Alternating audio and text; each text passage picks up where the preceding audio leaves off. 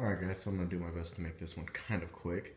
On my Facebook I announced that this is going to be my new sump. It is actually a 110 gallon flat back hex, all in one tank. And I am converting it to a sump to go underneath my stand for my main display. I've been working on this thing for quite some time. I think I've had the tank now for almost a month now. Just really hadn't had the time to get started on it. Once I got started on it, it's been a plumbing freaking nightmare. So anyways, the way the tank works is an AIO system. It'll drain right here through the weirs and then different filter compartments. This is the return section, and then it would come out, the bulkhead here. So that's how the tank would normally work when it's set up as a display. I'm doing something pretty different. So normally the water travels, left to right. For my purposes and to make it easier for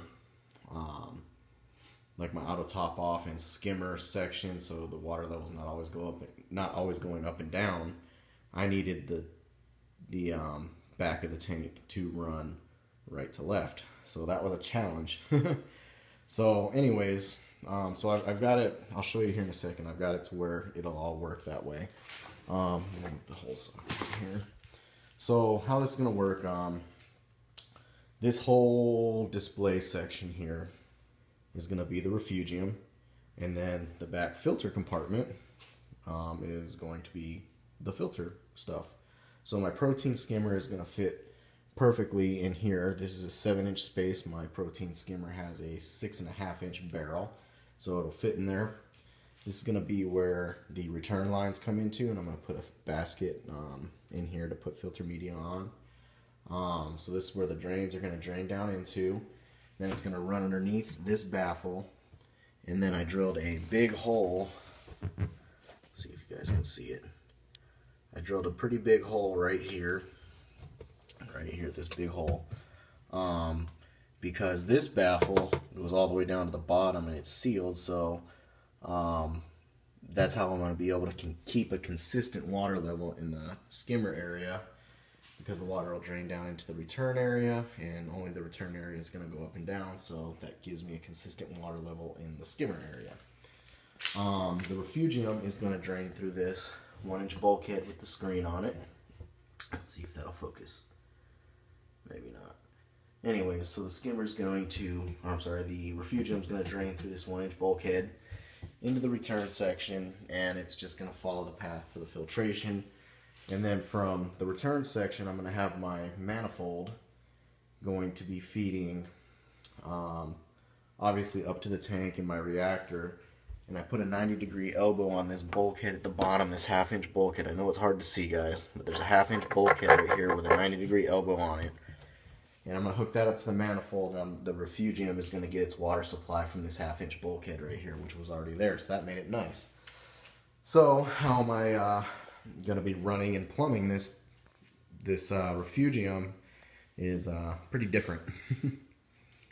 Obviously, I was already telling you that the return lines are going to come in through that chamber right there, and then it's going to run this way to the return section. I could not get my Jabo DC 12,000 to fit in any of these chambers except for the skimmer was, and that was a problem for me because I didn't want my skimmer section to be going up and down. I want my skimmer to be running consistently. So what I did is I drilled the back of the tank here with a 1-inch bulkhead, and it's going out this way on the tank. I was going to have it run out this side of the tank. It was a shorter run, but because of space that I have under the stand, this is the way that I had to do it. And down at the bottom I have a 90-degree elbow, so we'll pick up off the bottom of the return section. Excuse me. So we run down this 1-inch pipe. I use 245s to make a soft 90-degree. I'm trying to eliminate as much cavitation as possible.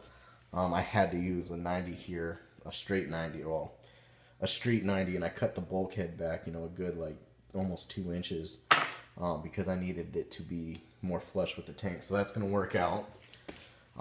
Because I'm not able to use my DC 12,000, which is an internal pump, I needed to go back to using an external pump. I haven't used an external pump in a long time, ever since my old 220 when I had the reflow dart. And I've been using the DC 12,000 Jabo pump, and that's actually been a really good pump. Not that one though. Anyway, so I went ahead. I was gonna buy the Ecotech Vectra, and I was really close to buying it. I could not put the money down on it. It just didn't make sense to me to do, and I don't really care about the control features of it. I just like being able to turn the speed up and down so I can tune it in for what my system, needs.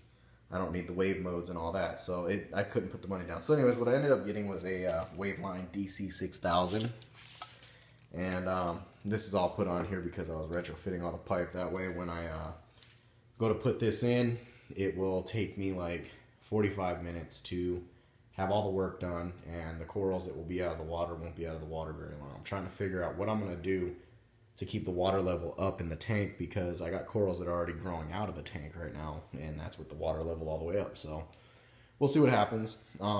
Between that soft 90 and the pump ball valve here, I'm actually going to be using a piece of vinyl tubing. So I have a little bit of flex room, and also it'll kind of take away the resignation vibration of the pump to the tank, hopefully anyways. So this is going to be running external. I got a unit here. We're going to come off here straight to the manifold with a vinyl tube, again to help with vibration and also for the ease of installation. So we'll be coming off of this with a vinyl tube up to the manifold, and then the manifold will go to the tank, and then also split off on the 3 ball valves that I have on it to feed my reactor, and also this return bulkhead for the refugium.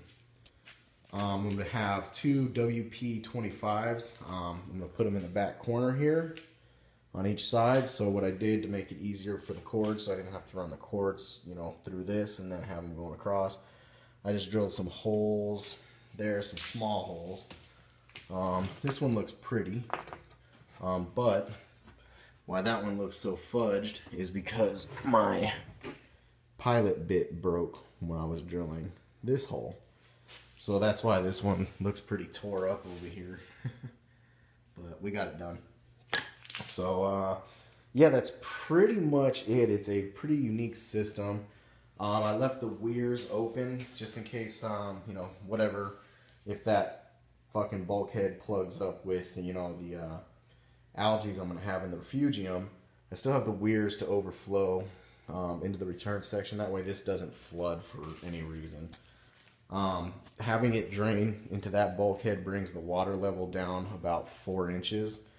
So, that'll put the water level about here. It's a 24-inch tall tank, so that'll give me about 20 inches or so of refugium space, water level. So that's cool with me. That's pretty much it, guys. This is gonna be the new sump, the new return pump, and the very unique layout for the filtration system in the back. And then the whole display section is going to be all refugium plus frag rack. I'm going to be putting a nice frag setup in here with some coral lights and shit. That way I can get the frag racks out of the main tank. So yeah, this is the new sump. So we should have this going by Friday. I plan on having this installed and done. So fingers crossed, because this has been like one of those DIYs from hell. I mean, you figure one thing out, then something else happens. And then you figure that problem out, then it's like something else happens. So this has been one of those DIY projects from hell. So anyways, we'll see this thing up and running Friday, and hopefully I'll have the video up Saturday on it.